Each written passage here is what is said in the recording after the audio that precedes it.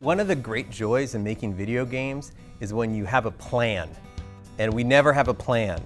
Except on Infamous 2, we had a plan, which was we're going to make some DLC, and then we're going to make another game in the Infamous franchise on the PlayStation 4. But you didn't even know what the PS4 was at that point, right? No, we had no idea what the PS4 was at that point. We didn't have any idea when and what the next-gen hardware was going to be, but as early as 2010, we had started talking with Foster City Sony. Hey, we think that our expectation is there's going to be a hardware transition coming, and we think it'd be an interesting thing to try and cross that transition while staying on this IP. Always in the past, it's just something that we had so much that we were trying to, that we were trying to accomplish within an open world that we just didn't do it. We couldn't do it. In previous open world games, we always had to do trickery to mask how far you can see, and when we get you up high, like things get kind of blurry or foggy or smoky. Or this next generation of hardware is much more powerful, and so we can have a city that is more kind of present all the time. You get a better feel for the actual layout of the city when you can see more of it. I've been on the PS1 to PS2, PS2 to PS3, because I'm an old fart. This time around, there's so much that we can actually do to dig deeper, to show details that we couldn't show before. It is about the art, and it's about the animation. To have that secondary fluid motion that we want to have layers on characters, and have the layers behave separately in a way that you would expect natural motion to happen. Certainly, the new visuals and the quality of what we can show improves that. The larger memory footprint lets us not just have more detail, but have more interactivity than we've been able to do. The new hardware gives us the ability to capture and play back vastly higher fidelity characters than we've been able to, and all of those things are things that help make this game next. There's lots of aspects of the new hardware that are exciting. I think probably the one that I value the most is the new controller. The triggers on the controller are awesome. They really are. When you click on them, it feels more substantive, like click, boom, that kind of gets you on a deep level. We were super involved, and Jamie, one of our designers, spent time in Japan working with that team and presenting to them. The opportunity to talk with the controller guys about things that we love and want to take advantage of in the new controller was a great fit for us. I think we really felt like that was a place where we could contribute. And so whether it was taking the existing things like the analog sticks and improving them, or the new features that they were thinking about, how would we use the touch paper.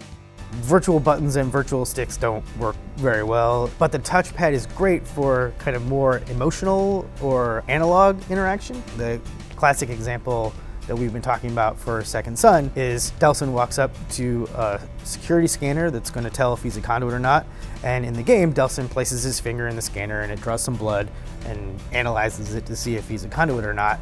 Well, instead of walking up to that scanner and hitting triangle, you actually place your finger on the touchpad, just like Delsin is in the game. And all of that, I think, will contribute to the Second Son experience. When you're playing the game, you'll experience some of those things we had in mind, where we wanted you to feel like you were doing what Delsin's doing, rather than you're playing Delsin or you're pushing the triangle button to make this sequence play. We want you to feel like you're holding that thing open while you're blasting it. And how can we do that without sort of turning it into a tech demo of the new controller?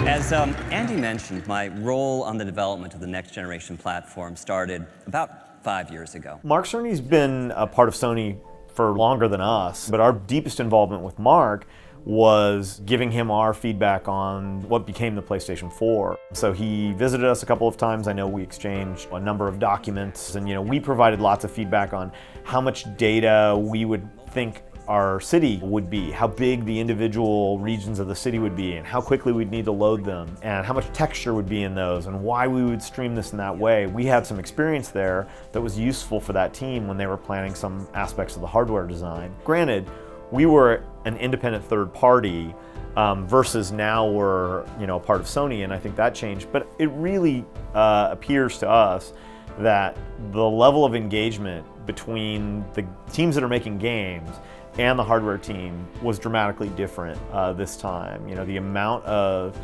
meetings and feedback that we were a part of, if you multiply that by the number of studios that I think were contacted, it was an impressive effort that they put forth to solicit our feedback, and I can only imagine that the same thing happened in lots and lots of places. In 1999, I took part in a political rally and got tear gassed by the cops. The reveal for Second Son was super fun. I totally recommend being behind the scenes at a press event if you ever get the chance.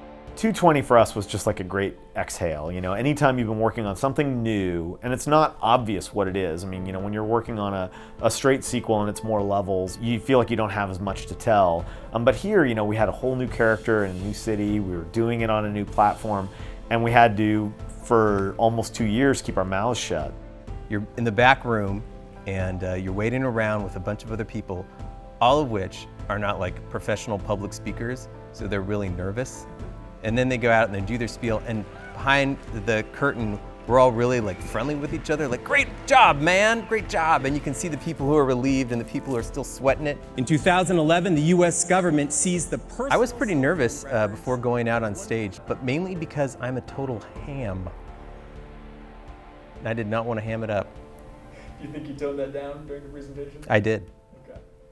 Just to give you an indication of how hammy I could have been. And which of us would have the courage to fight to get our freedoms back? I have to say, it made me really be kind of excited to be part of Sony, because the camaraderie was really high. And every time we'd see somebody's presentation and get excited about what they were making, it made us feel good about what we were doing. Thanks, Nate. And I'm pretty sure he's just won the backstage sweep for the coolest game introduction of the night there. And coming out of that, I made a lot of friends with other studios too, but it made me very excited about, you know, the future of the PlayStation 4. And while that might seem like a total marketing statement, it is not a gag. Those people are really devoted, and you could see it behind stage. It was great to, you know, feel a part of that event, which we had a good time at, and to share Delson with everybody. I'd be lying if I said we weren't super nervous, because we had mistakenly decided in the middle of the development of Infamous 2 to change Cole, his appearance, and that created a huge firestorm. We're like, man, if changing his appearance was bad, if we try and introduce a new character, is it going to be a debacle? But I'm really happy that the character and the way we approached it was well received, and so it was a chance to exhale on multiple fronts for us.